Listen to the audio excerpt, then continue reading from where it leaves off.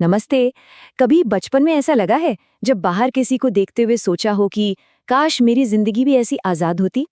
आज हम रविंद्रनाथ टैगोर की एक बहुत ही प्यारी कविता वोकेशन को समझने वाले हैं।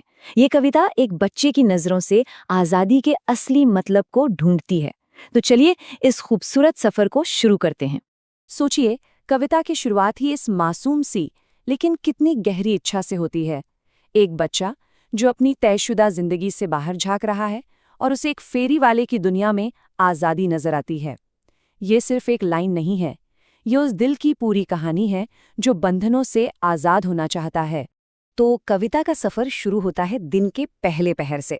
सुबह का वक्त है और बच्चे की नज़र में आज़ादी का पहला रूप है सड़क पर घूमता एक फेरी वाला। एक ऐसी आज़ादी जिसका कोई तय रास्ता नहीं, कोई मंजिल नहीं। जरा उस बच्चे की जगह खुद को रखकर देखिए। सुबह के 10 बजे हैं, स्कूल जाने का समय। एक ही रास्ता है, एक ही मंजिल है, स्कूल। मतलब उसकी सुबह पूरी तरह से नियमों में, एक डिसिप्लिन में बंधी हुई है। ये एक ऐसी दुनिया है जिसे शायद हम सब ने कभी ना कभी जिया है। और यहीं पर हमें दो बिल्कुल अलग अलग दुनियाएं दिखती हैं।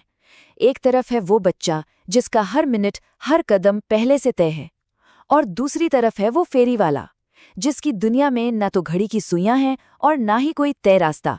उसके लिए तो हर सड़क उसकी अपनी है। बच्चे को बस यही आज़ादी चाहिए, बिना किसी रोक टोक, बिना किसी नियम वाली जिंदगी।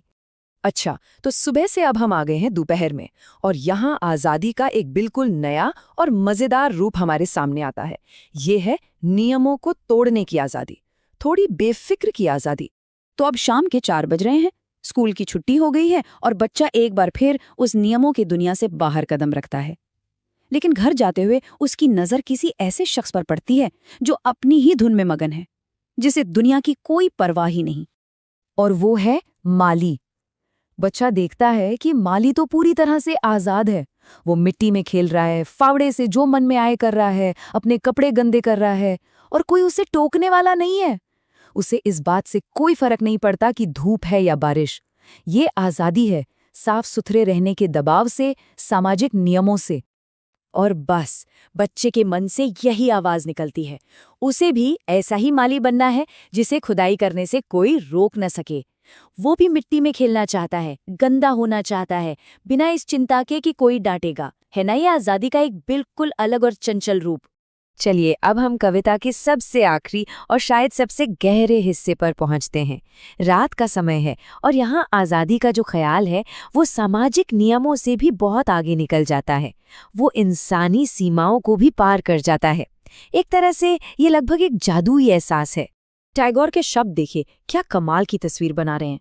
एक अंधेरी सुनसान गली और एक आंख वाले किसी दैत्य की तरह खड़ा स्ट्रीट लैंप।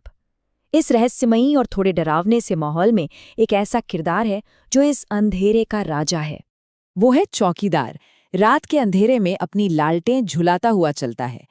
लेकिन जो बात बच्चे को सबसे ज्यादा हैरान करती है वो ये है कि चौकीदार अपनी पूरी जिंदगी में कभी सोता ही नहीं है। बच्चे की नजरों में ये आज़ादी का सबसे बड़ा रूप है, नींद जैसी एक बेसिक शारीरिक जरूरत से भी मुक्ति। और यहीं बच्चे की आखिरी और सबसे बड़ी इच्छा हमारे सामने आती है।